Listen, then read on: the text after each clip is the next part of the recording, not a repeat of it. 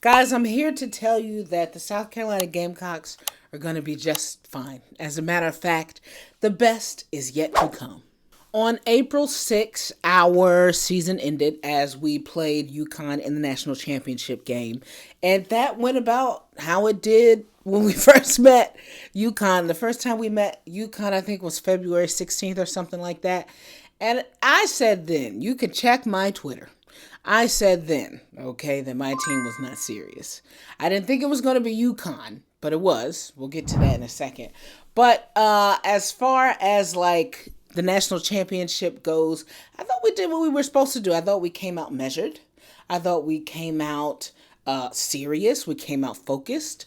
And that focus seemed to dwindle as soon, I mean, literally as soon as the bench came in. So, I thought we had a fine season. I mean, before that, we won the SEC championship. I feel like the end of our season was bookended by UConn losses, right? I mean, we had that loss in February. That was 30 points. And then for the national championship, we also lost by 30 points, but I thought it was a completely different 30-point loss. They didn't shoot a lot of threes. Paige didn't go off. I mean, AZ still did what AZ does. Sarah Strong still did what Sarah Strong does. We didn't have the size to match up against her, but I just thought, we did not look like what we needed to look like in order to win a national championship game. And I will say that the two games, Duke and Maryland before then, a lot of people were saying we didn't look like we were going to win a national championship game. And, I had on my garnet colored glasses. I was thinking they're going to figure out some way.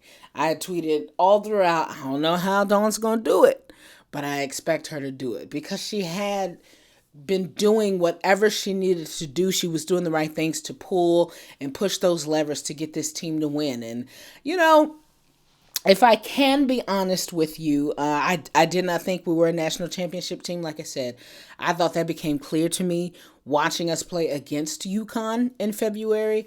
I thought that some of our issues you'll see in some of the past. I just think our perimeter defense never shored up. Our pick and roll defense wasn't that great. We didn't have the toughness inside that we needed, the size that we needed for the way that we played. And I think that was indicative of like shooting percentages for Tahina, for example. Like she was much better from three last year than she was this year. And I think that's because last year you had Camila Cardoso and everybody had to have attention on her, helping Tahina be wide the fuck open. And I just don't think that happened as much this year because they didn't have to dig on people as much. And then you had Raven Johnson on the perimeter, and I think that I feel like she also had a down offensive year. I thought she was better with Camilla as well. So I wasn't totally surprised by the loss. Additionally, UConn looked like the best team in basketball towards the end of the season there. Obviously, throughout the tournament. I was watching the tournament, and I think it was the first round, even in the first round, right? We all were like the number one teams were winning like by 50 points, by 40 points. And then UConn gets to play like last and they won their first game by 60 points. And it just felt like, they were coming out and letting you know this was finna happen. And shout out to Paige Beckers for getting to end her season, her career, her basketball career, her college basketball career like that. Shout out to her. She did it. She did it. She did it. She did it. UConn did it. I don't know how they did it. I don't tend to believe in teams that kind of flip a switch halfway through the season. I think, you need a little experience in those national championship games and such. And that's another reason why I kind of thought we would win. I thought we would pull it out because we have literally been on that stage before. But it just didn't work out. We looked really bad from the bench because we rely on, young players. And, we're going to talk about not relying on those young players moving forward. But as far as the national championship game goes, I'm, surprised they even made it there. I mean, of course, like as they were going through and the season was happening, I was trying to stay positive and be with it. But like I said, you can check my Twitter. I said this was not a serious team. I thought it was going to be UCLA. I thought they would win.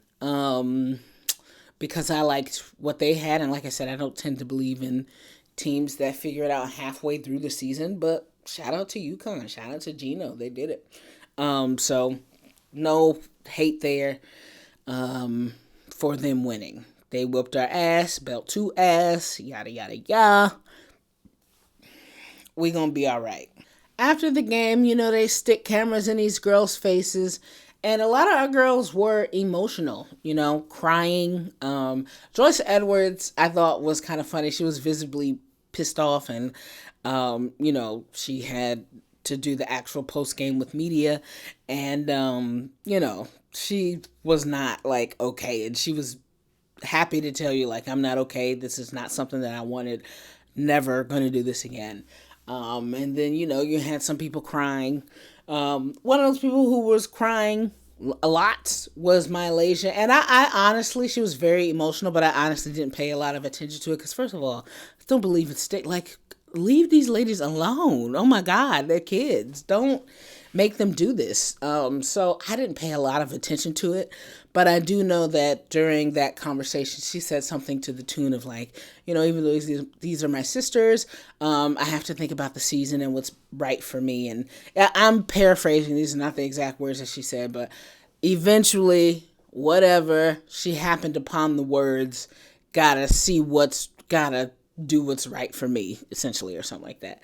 And like I said, I didn't pay much attention to it. I thought it was just like, I need to watch some film because she do, type things. I didn't freak out with everybody, but it was worth freaking out because she went into the portal. She's in the transfer portal.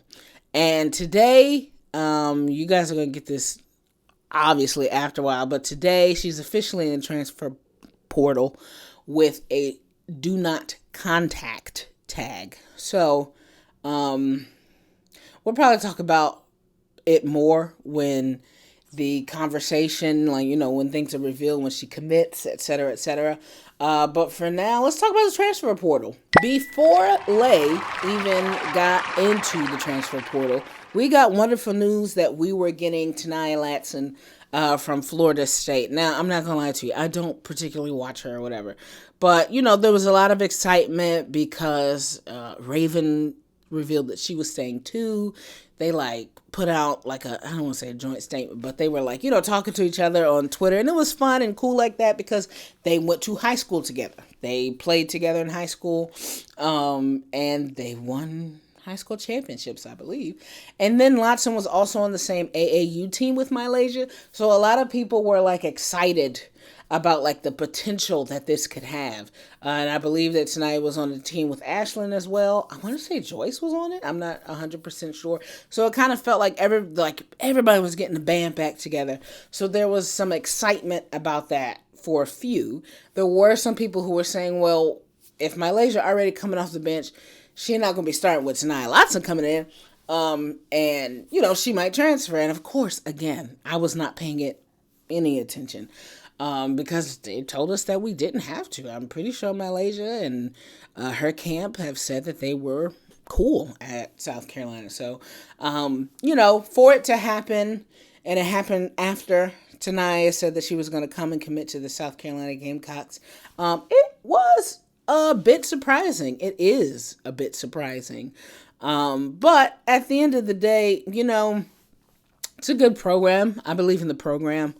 And the program is not going to be for everybody, everybody's not going to want to give in to the idea of we over me. And, some people are not going to want to give in to the idea of timelines and all that sort of thing. And so, I tend to think that, of course, there's been some discourse about it, whether it's a good idea or whether it's a bad idea for her. And I obviously am a South Carolina Gamecock fan, so I'm not even going to try to pretend like I'm super unbiased in it. I do feel like she needed the development that Dawn was going to be willing to give her, and the patience that I think Dawn was going to be willing to give her. I think that I saw somebody say something simple, and I don't want anybody to take offense to it, but Lay has the flash. She just doesn't have the fundamentals. And I thought that she would be able to learn the fundamentals in South Carolina without the pressure of being the guy, like without the pressure of having to score all the time. Like, she scored 20 points a game. That's great, but she's coming off the bench. She doesn't have to. There's not that pressure there. I think about the UCLA game. I think about the UConn game. There is not that pressure there of like, we need you to have a good game. I mean, well, I guess in those games she needed to have a good game. But like in other games, she did not have a good game, and it was of no consequence. And so I think like that is the environment she needed when people talk about, being able to make mistakes, et cetera, et cetera. I think she was able to make mistakes, and we just didn't see it that much because there were 10 other women who were able to get some burn over her. And I think that Dawn having the desire to shield her, and try to allow her to learn, I would say more so in private, especially with the, kind of world we live in. I thought that she should have enjoyed that a little bit more versus getting, I'm assuming that, this is a thing about starting, et cetera, et cetera. But I really think she should have given it a little more, because I think like any place she goes, and the rumor is like Ole Miss. I've heard some people say Notre Dame. I've heard some people say USC. But I think like any of those places, she's going to have that pressure of, we need you to score. I need you to score with Juju. I need you to score as the only person at Ole Miss who can score. I guess Cody's there, but there is going to be pressure on her to perform. And it's not that she can't put up 25 points per game, go off for 30 points. It's just that she needs that development of the fundamentals. She can have that flash, but she has to have the fundamentals, especially when we're talking about development and possibly going to the WNBA. To that point, I think, and I'm still learning, right? Because again, I have not been watching women's college basketball for a long time, but I'm still learning. But in my mind, unless you're a magnificent guard, unless you're Arike, unless you're Caitlin Clark, unless you like that type of guard who they feel like you have that, or you have that type of package. I'm looking at Ryan Howard right now, big guard, right? Big wing, who has a phenomenal package. And has just the physical ability to be a good defender. I don't even think she's a good defender. I just think she's long. Can't get past her. I think like when you look at people like MiLaysia and stuff, we're not that kind of league yet. Like people like MiLaysia got to come in and be 3-and-D. You know what I mean? That's why I think so many guards struggle with the WNBA, because in college, yeah, we do need a couple people to put up shots and do this, that, and the other. But at the WNBA, I got a 4. I got a 5. They have height. I got a playmaking point guard. I really just need you to make shots and defend, and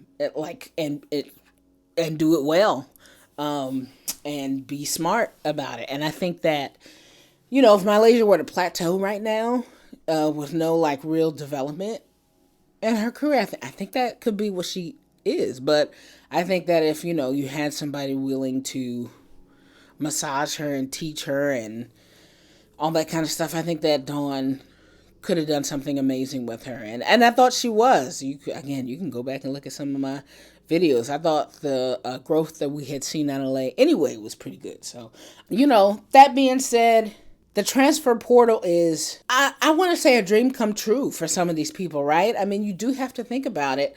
For us, this is entertainment. For me, for us, this is a YouTube video. I'm going to put this video out there. I'm going to edit it and go on about my business. For MiLaysia, this is her life. If this is a money thing, for example, I'd like, how can I be mad at that? This is fucking free money in this transfer portal. Do you guys see the numbers some of these ladies are getting? It's tough. It's tough to let that go at that age. I can't imagine being a college sophomore or junior making anywhere between $200,000 to $500,000 just to play basketball. And so I think, there are financial incentives to this. This is life for a lot of these women and for a lot of their families. And you just cannot get upset with them, especially if it's like, and I'm not saying this is MiLaysia's, again, I'm just talking here. But some people, this might be the only chance to get financial security, right? Because what if you don't make it to the WNBA? What if, things don't pan out from here to there? So it's tough. And I would love for players to stick with programs and players to develop with their programs and have that consistency with programs, because I really think that helps. And I really think that contributes to the popularity of women's college basketball. But, at the end of the day, it's really not much we can do about people utilizing the transfer portal to their benefit. It's a lot of money out there. And you're going to have to do a lot of work telling a 20-year-old you don't need that money. Especially when she already has a national championship. Again, I'm just making stuff up, but I'm just saying. Okay? It's entertainment for me. For them, it's life. That being said, let's look at the transfer portal for who has been looking at South Carolina. There have been rumors that we got Gianna Neepkins to come visit South Carolina, and that we have also been trying to talk to Madina Okot. Okay, so let's talk about Madina Okot, because I want that, okay? She's a 6'6" junior from Mississippi State. She's averaging, I think, like 11 points, 9 rebounds.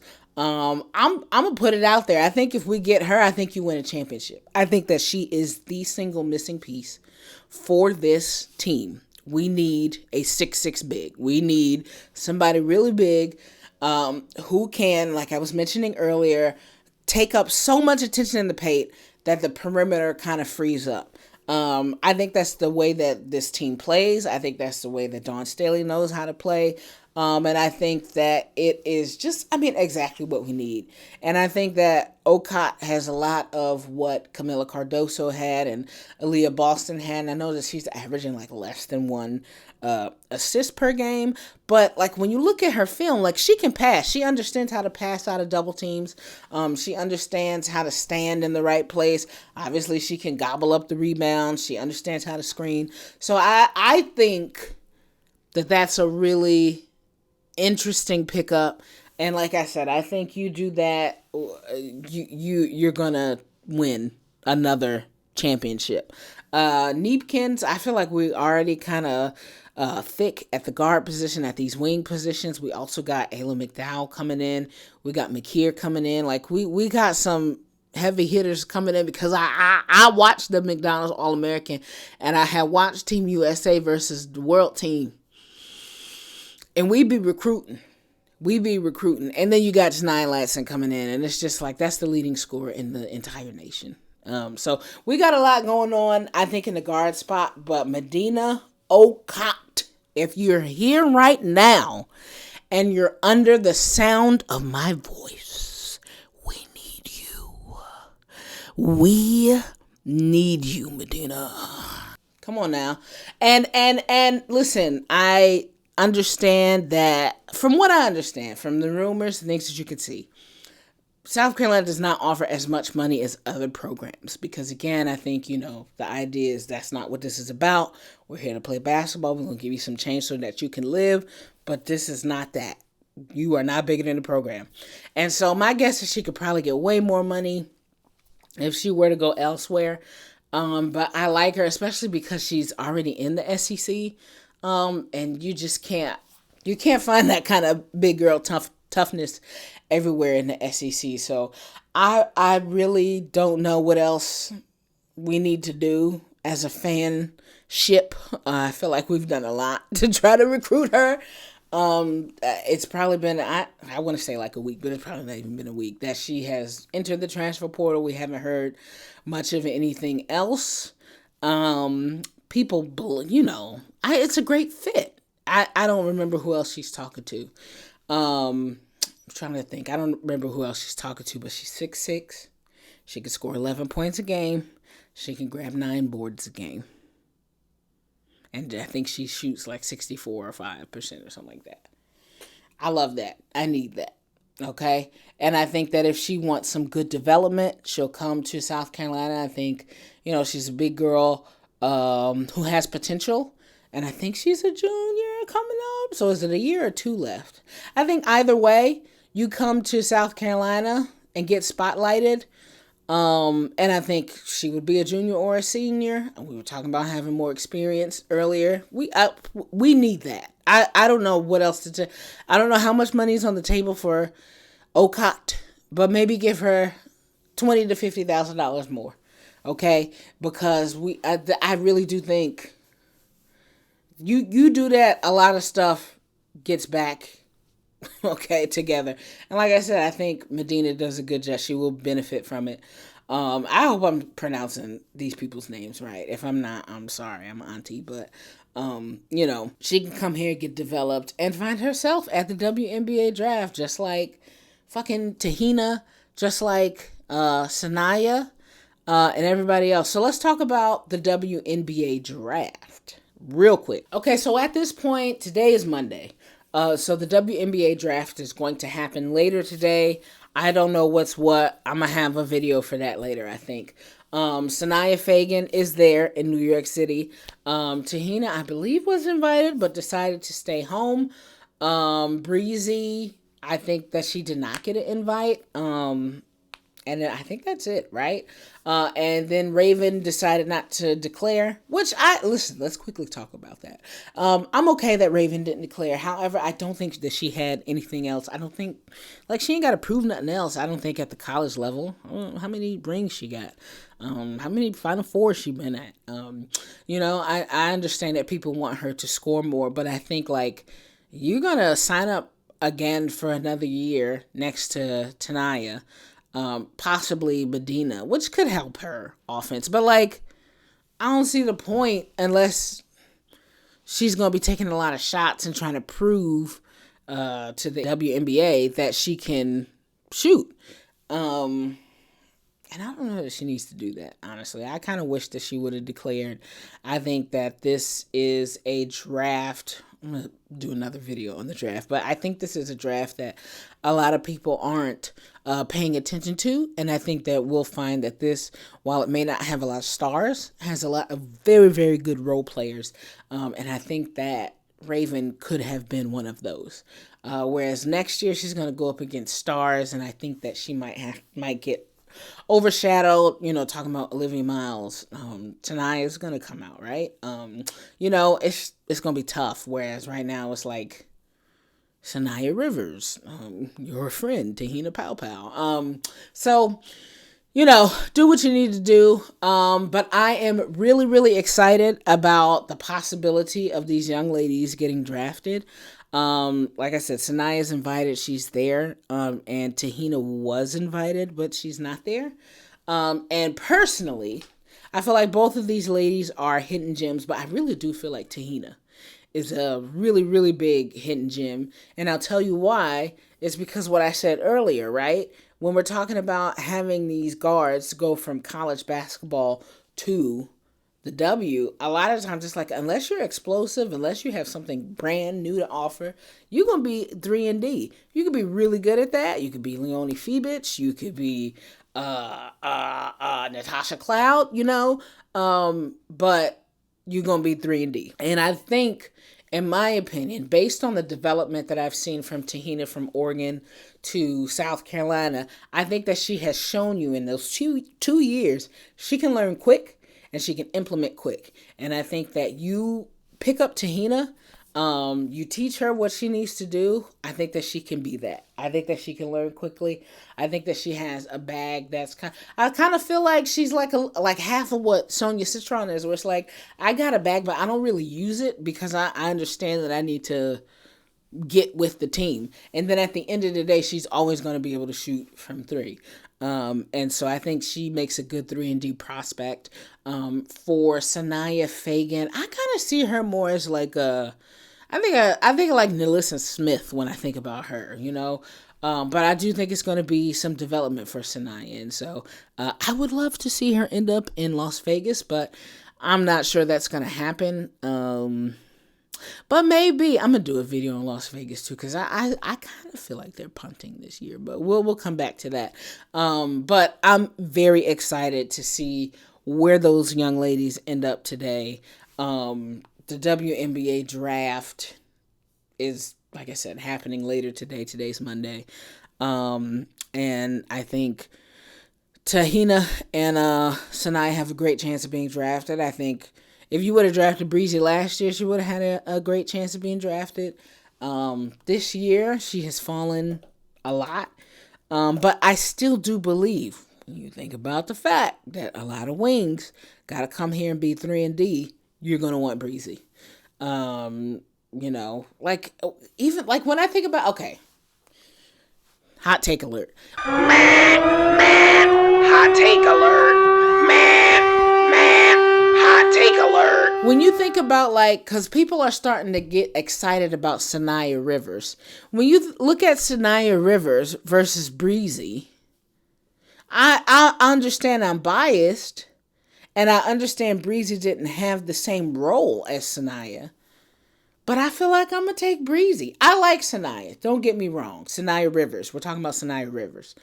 But like,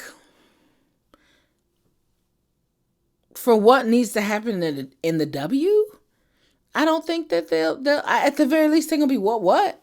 At the very least. I understand. Sanaya does have some athleticism on her that's very interesting. But I do think Breezy, again, has a bag that just was not shown off all the time because you just didn't fucking need to.